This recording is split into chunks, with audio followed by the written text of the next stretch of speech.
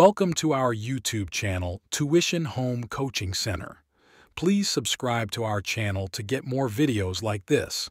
Thank you all. আসসালামু আলাইকুম প্রিয় শিক্ষার্থীরা, তোমরা সকলে কেমন আছো?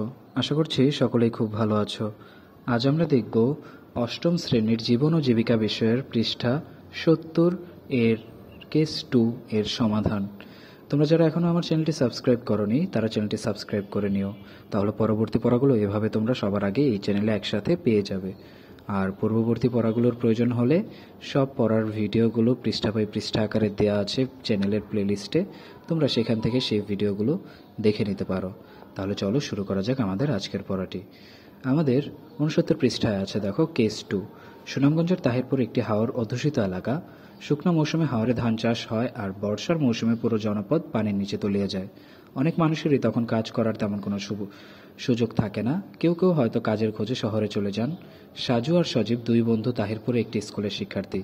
বেশ কয়েক বছর ধরে তারা লক্ষ্য করে যে বর্ষায় বিভিন্ন এলাকায় মানুষের হাওরে বেড়াতে আসে। সুনামগঞ্জের টাঙ্গুয়ার হাওর ধীরে ধীরে একটি পর্যটন কেন্দ্রে পরিণত হচ্ছে। দুই বন্ধু তখন নতুন আসা পর্যটকদের সঙ্গে ঘুরে ট্যুর গাইডের কাজ শুরু করে। হাওরে ঘুরতে গিয়ে কীভাবে নৌকা ভাড়া করবে, কোন কোন স্পটে যাবে, কোথায় আকর্ষণীয় ছবি তুলবে, কী কী খাবার এখানে বিখ্যাত, বিশেষ করে এলাকার বিখ্যাত হাঁসের মাংস আর চালের রুটি কোন হোটেলে ভালো পাওয়া যাবে, এসব বিষয়ে তারা পর্যটকদের সহায়তা করে।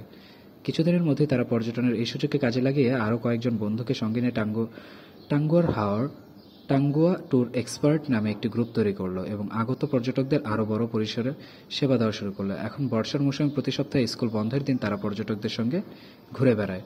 এলাকায় তারা খুব জনপ্রিয় ট্যুর গাইড হিসেবে পরিচিত। সাজু ইতিমধ্যে লক্ষ্য করছে পর্যটকদের অনেকে এখানে বেড়াতে এসে বিভিন্ন স্থানীয় পণ্যের খোঁজ করেন, তাই তারা ট্যুর গাইড সেবা দেওয়ার পাশাপাশি হাওড়ে উৎপাদিত লাল চাল, স্থানীয় হাঁসের ডিম সংগ্রহ করে পর্যটকদের কাছে যৌক্তিক মূল্যে বিক্রি করা শুরু করলো। কয়েক বছরেই তাদের এই ব্যবসায় দারুণ সাফল্য পায়। যেসব পর্যটক এখানে একবার আসেন তারা তাদের সঙ্গে যোগাযোগের তথ্য নিজেদের সংগ্রহে রাখেন। দেখা যায় তাদের মধ্যে অনেকেই এদের কাছ থেকে শুকনো মৌসুমে এসব পণ্য অর্ডার করেন, ফলে সারা বছরই এখন তাদের ব্যবসা চলমান থাকে। এখন তোমাদের 70 পৃষ্ঠায় বলা আছে সাজুদের ব্যবসার সম্প্রসারণের কারণ কি। এখানে আমাদের উত্তরটি আমরা লিখে দিয়েছি। দেখো, সাজুদের ব্যবসা সম্প্রসারণের মূল কারণ হচ্ছে গ্রাহকের চাহিদা বুঝতে পারা এবং সেই অনুযায়ী তাদের ন্যায্য সেবা প্রদান করা। সাজুরা দারুণ সেবা প্রদানের মধ্য দিয়ে ট্যুর গাইড হিসেবে পর্যটকদের দৃষ্টি আকর্ষণে সক্ষম হয়। যেহেতু তারা সার্বক্ষণিক পর্যটকদের সাথেই থাকত, ফলে তারা পর্যটকদের চাহিদা সম্পর্কে ধারণা লাভ করে।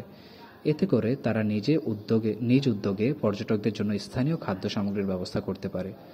তাদের এই সেবার জনপ্রিয়তা এবং চাহিদা বৃদ্ধি পেলেও তারা পণ্যের মূল্য বৃদ্ধি করে না, ফলে তারা খুব সহজেই সেবা গ্রহণকারীদের আস্থা অর্জন করে ফেলে। এতে করে ক্রমান্বয়ে তাদের ব্যবসা বৃদ্ধি হতে শুরু করে। তাহলে শিক্ষার্থীরা, আমাদের আজকের পড়াটি এইটুকুই। পরবর্তী পৃষ্ঠা সমাধানগুলো পেতে চ্যানেলটি সাবস্ক্রাইব করে আমাদের সাথেই থাকো। ধন্যবাদ সকলকে।